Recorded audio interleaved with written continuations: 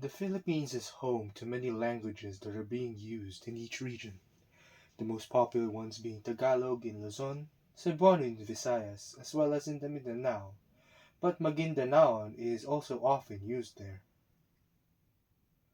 My point is that the Philippines is a melting pot of cultures and languages. But what happens when the government who so tries to help the country makes a law that reduces that fact into a mere factoid?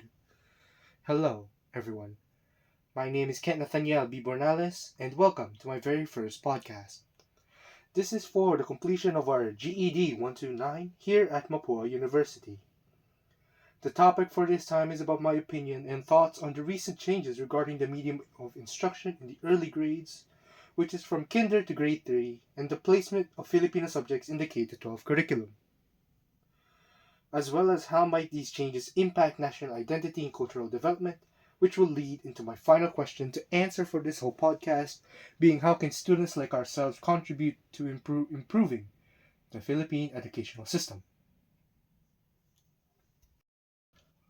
To start off, I must make clear what the question entails. The difference in medium it is referring to, in the best of my research, is the switch of using mother tongue to either Filipino and or English language. The placement of the Filipino subjects in the K-12 curriculum refers to how little it actually is compared to all the currently English-heavy subjects. My perspective on the matter is that I'm neutral in one but more disliking in the other. Sure, this change from mother tongue to Filipino and or English will reduce the identity of the mother tongue, but in turn it will preserve our national identity as Filipinos. Plus, it helps to learn both Filipino and English starting at an early age so that they wouldn't be as troubled at finding jobs in the future. Statistically, there are more Filipinos willing to work abroad than there are willing to work in the Philippines, which means that learning English has become an essential part of our education, more so than Filipino, which leads to the second part of the first question. The placement of the Filipino subjects in the K-12 curriculum is almost like it doesn't want to be forgotten, like it was forced to be there due to the reason being just because. In my opinion, there are too little textbooks and subjects discussing about the Filipino culture and what it means to be Filipino. Not enough teachers put emphasis on why being a Filipino is great and such, and honestly, I get it. Call me a traitor or whatever, but Philippines isn't really the best place to live in with high inflation rates, high pollution, and overpopulation. Not to mention the overabundant other political issues, but I digress. It affects our national identity greatly when even the Filipinos themselves don't know their own history. We are so focused on reading about the culture of other places that it's almost like we forgot about our own. How could this be, you may ask? Well, we have to return back to when the Philippines was colonized by the Americans. I cannot properly explain here, but rather I will read out the summary of my notes that I had gathered from the essay of Renato Constantino about how the Filipino are miseducated. The summary is basically that it's the Americans' fault for bringing in their own system of education, which can still be felt in the present day. We learned more about their sports than we do about ours. We learned more about their seasons than we do about ours. We learned more about their values and culture, which slowly but surely replaces the knowledge of our own culture of back then. Which leads us to the present.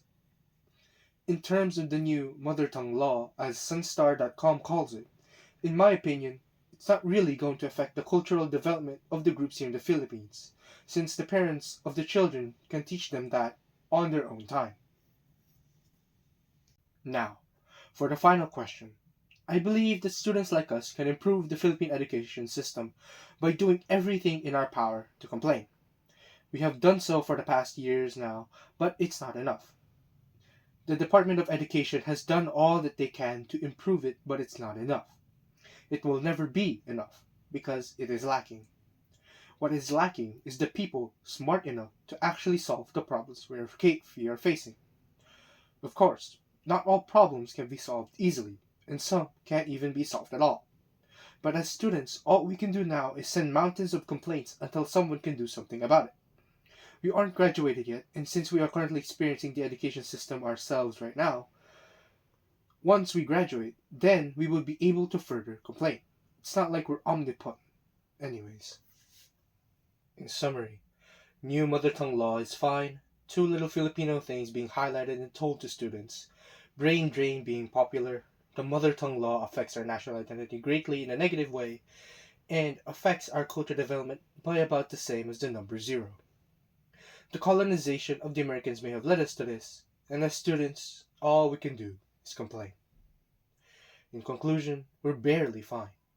There are many factors in pointing hands being thrown out about who is the real cause of the decline of the Philippine education system. But it is clear that what has happened has already passed. It is useless to dwell on the past when the present and the future is at stake. It's not that I don't want to get to the bottom of it all, but what do we do once we find out anyway? Sue America? The Spanish? The Japanese? They have already atoned for their sins, and we'd be the jerks if we were to blame them for our current circumstances, when there may not even be anything that connects it. All we can do now is strive for change and fight for the best. Always remember, the past only has meaning if we let the present and future dictate it. That's all. And goodbye, fellas.